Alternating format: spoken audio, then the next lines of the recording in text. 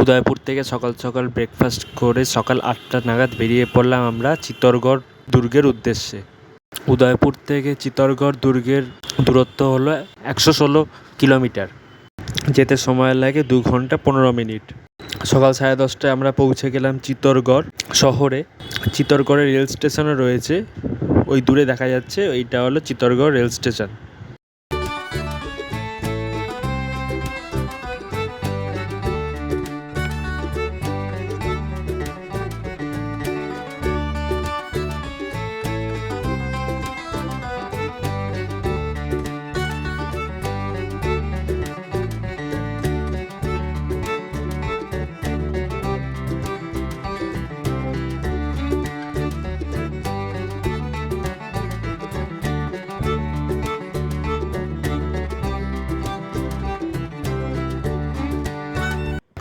ওই যে পাহাড়ের ওপর যে ফোর্টটা দেখা যাচ্ছে, ওইটাই হলো চিত্তরগড় ফোর্ট। আমরা ওইখানেই যাচ্ছি।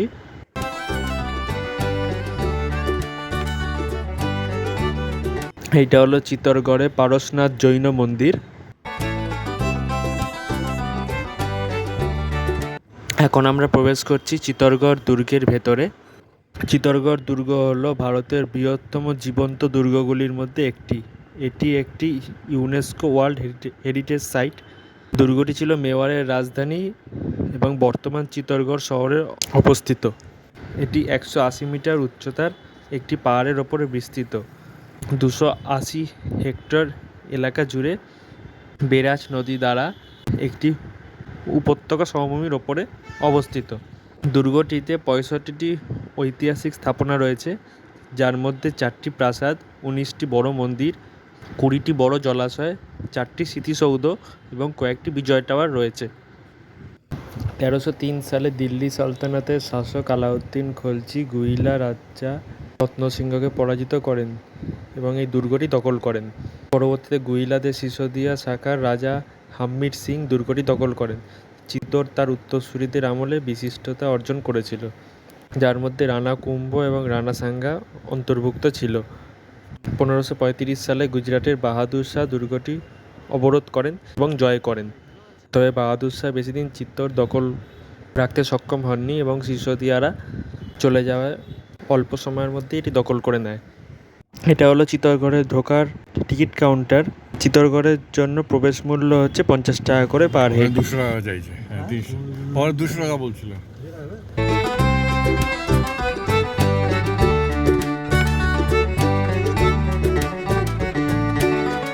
চিত্তরগড় ফোর্টের ভেতরে প্রবেশ করলাম এখন আমরা টিকিট কাটার পর।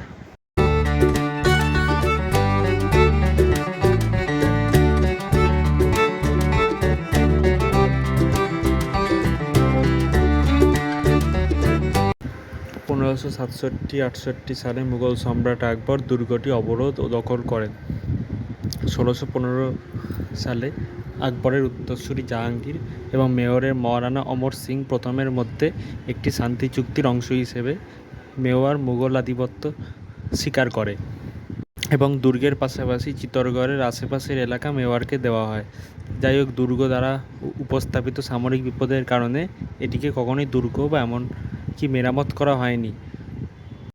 পরে এটি ব্রিটিশ ভারতীয় সাম্রাজ্য দ্বারা দখল করা হয়। ব্রিটিশ রাজের সময় 1905 সালে দুর্গটি সংস্কার করা হয়েছিল। এইটা হলো একটা জৈন মন্দির চিত্তরগড় দুর্গের ভেতরে।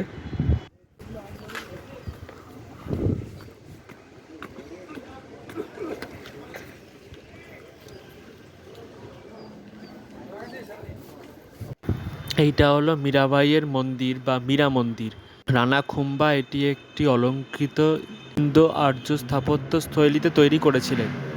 এটি রহস্যবাদী সাধক কবি মীরাবাইয়ের সাথে যুক্ত, যিনি ভগবান শ্রীকৃষ্ণের প্রবল ভক্ত ছিলেন এবং তার পুরো জীবন তার উপাসনায় উৎসর্গ করেছিলেন। তিনি মীরা ভজন নামে গীতিমূলক ভজন রচনাও গেয়েছিলেন। তার সাথে যুক্ত জনপ্রিয় কিংবদন্তি হলো যে কৃষ্ণের আশীর্বাদে তিনি তার দুষ্ট ভ্রাতুষ্পুত্র কর্তৃক প্রেরিত বিষ খাওয়ার পরে বেঁচে গিয়েছিলেন। একই প্রাঙ্গণের বৃহত্তর মন্দিরটি হলো কুম্ভ শ্যাম মন্দির। মন্দিরের চূড়াটি পিরামিড আকৃতির। মীরাবাইয়ের কৃষ্ণের আগে প্রার্থনা করার একটি ছবি এখন মন্দিরে স্থাপন করা হয়েছে। মন্দির দেখার পর এবার আমরা দেখব বিজয় স্তম্ভ। বিজয় স্তম্ভ হলো একটি বিশাল 9 তলা টাওয়ার, যা 1440 সালে মালওয়া ও গুজরাটের শাসকদের বিরুদ্ধে তার বিজয়ের স্মরণে মহারাণা কুম্ভ দ্বারা নির্মিত হয়েছিল। টাওয়ারটি 122 ফুট উঁচু এবং 10 ফুট উঁচুতে দাঁড়িয়ে আছে। ভিত্তি টাওয়ারের বাইরের দেওয়ালে ভাস্কর্য ও খোদাই করা আছে। টাওয়ারটি নিচের শহরের যে কোনো অংশ থেকে দৃশ্যমান। টাওয়ারের শীর্ষে পৌঁছতে 157টি ধাপ উঠতে হয়। এটি শীর্ষ থেকে চারপাশে দুর্দান্ত দৃশ্য দেখায়। টাওয়ারের ভিতরের দেওয়ালে দেবতা, অস্ত্র ইত্যাদির ছবি খোদাই করা আছে। এইখানে এই বিজয় স্তম্ভের বিভিন্ন ইনফরমেশন দেওয়া আছে। এখানে গিয়ে ছবিগুলো তো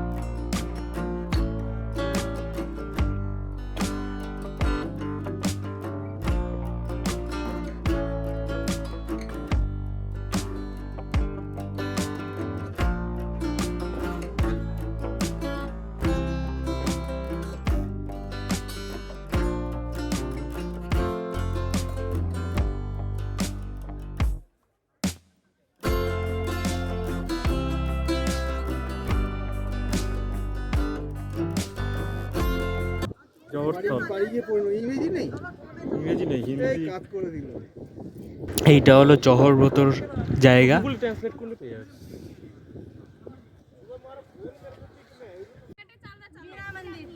चलो मीरा मंदिर देखा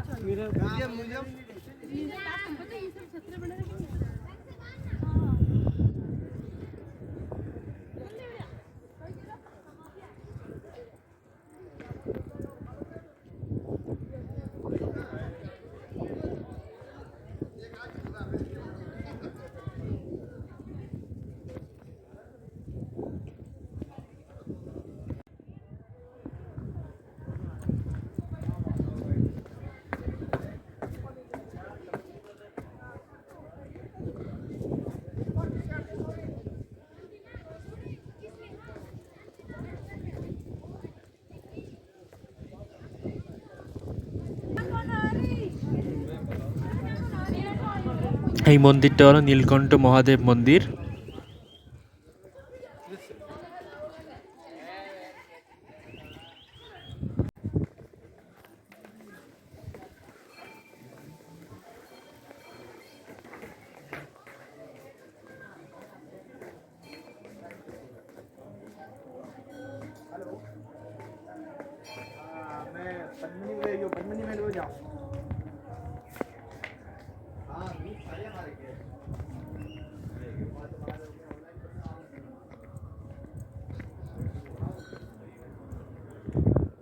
এইটা হলো গোমুখ রিজার্ভার। এইখান থেকে গোটা দুর্গে জল সরবরাহ করা হতো।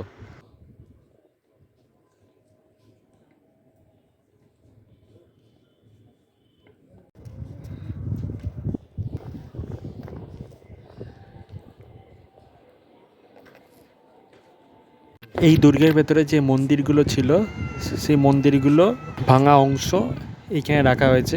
কিছু কিছু মন্দিরের চূড়া ভেঙে গেছে। এইটুকুনি অব্দি একটা মন্দির, এখান দিয়ে অবস্থা করেনি, সেই গণেশ মন্দির এটা।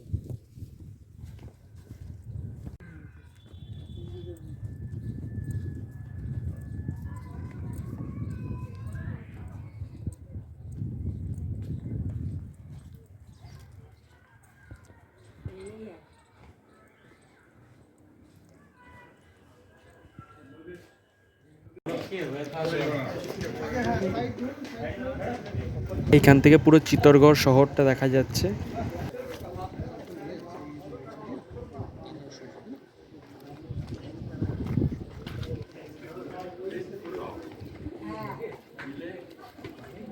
বুঝতে পারবে।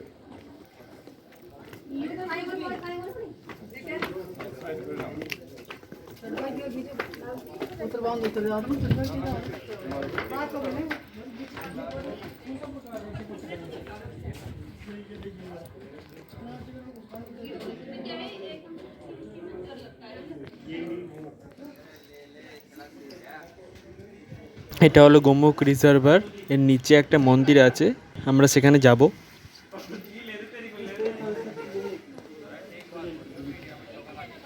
এটা হলো পারশনাথ মন্দির।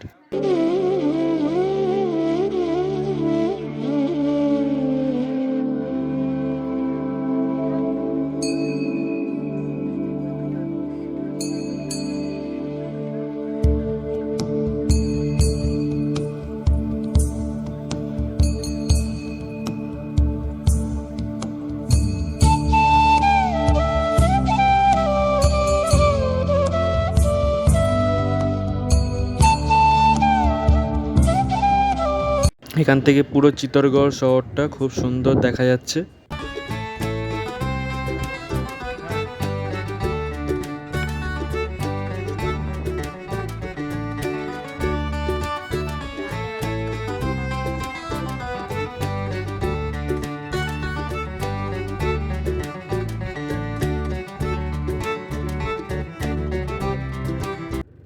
এইটা হলো কালী মাতা মন্দির। কালিকা মাতা মন্দিরটি মূলত অষ্টম শতাব্দীতে সূর্য দেবতার জন্য নির্মিত হয়েছিল এবং পরবর্তীতে 14 শতকে দেবী কালীর মন্দিরে রূপান্তরিত হয়েছিল। নবরাত্রির উৎসবের দিনগুলিতে এখানে মেলার আয়োজন করা হয় এবং বিভিন্ন স্থান থেকে তীর্থযাত্রীরা এই মন্দিরে আসেন।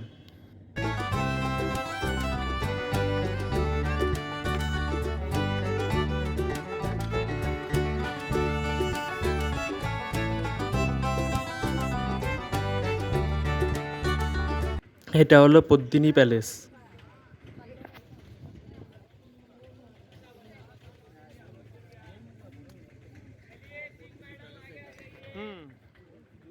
এটা হলো রানী পদ্মিনীর প্রাসাদ, যেখান থেকে দিল্লি সালতানাতের শাসক আলাউদ্দিন খলজিকে এমন কোণে আয়না প্রতিস্থাপন করে রানীর প্রতিচ্ছবি দেখার অনুমতি দেওয়া হয়েছিল যে তিনি ফিরে গেলেও ঘরটি দেখতে পাননি। রানী পদ্মিনীর প্রাসাদ হলো একটি সাদা দালান এবং একটি 3 তলা কাঠামো, দুর্গের দক্ষিণ অংশে অবস্থিত। এই প্রাসাদেই আলাউদ্দিনকে মহারানা রতন সিংয়ের স্ত্রী রানী পদ্মিনীর অভিন্ন উপস্থাপনা দেখতে দেওয়া হয়েছিল। এটি সাধারণত বিশ্বাস করা হয় যে পদ্মিনীর মহিমার এই দৃষ্টিভঙ্গি তাকে আচ্ছন্ন করেছিল এবং শেষ লক্ষ্যে চিত্তরকে ধ্বংস করতে প্ররোচিত করেছিল। একসময় রাজপুত শাসক রানী পদ্মিনী রাজা রাওয়াল রতন সিংয়ের পত্নীর প্রাসাদিক বাসস্থান ছিল। শ্রেষ্ঠত্বের মূর্ত প্রতীক হিসেবে আরাধিত রানী পদ্মিনী ছিলেন একজন সিংহল শাসক, গন্ধর্ব সেনের মেয়ে এবং সাহসী রাজপুত যোদ্ধাদের ঐতিহাসিক পটভূমিতে একটি গুরুত্বপূর্ণ কাজ গ্রহণ করেন।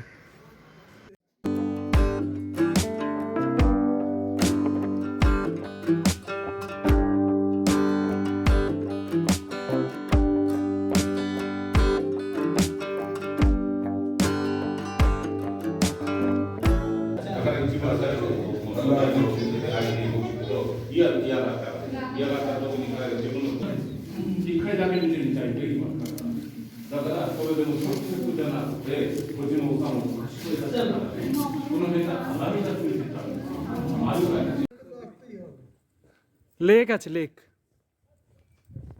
চলো একটা ভিউ পাওয়া যাবে।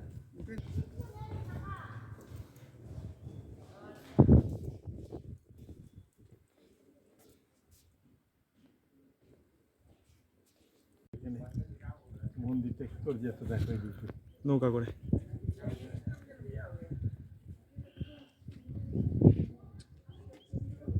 এই দিক দিয়ে আচ্ছা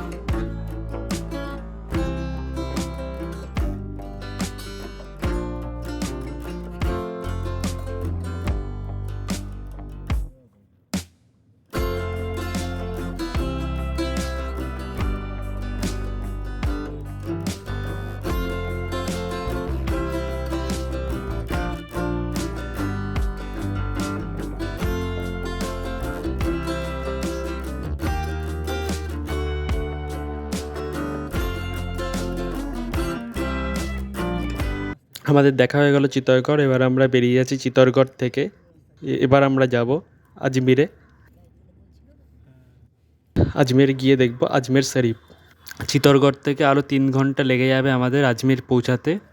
দিয়ে আজকে বিকেলে দেখব আজমির শরীফ, আর তারপর যাব পুষ্করে।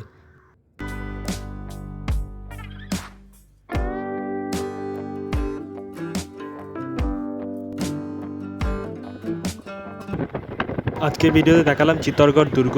এর পরের ভিডিওতে আসবে আজমির শরীফ দরগা ও পুষ্কর। আমরা পুষ্করে গিয়ে 1 নাইট থাকব।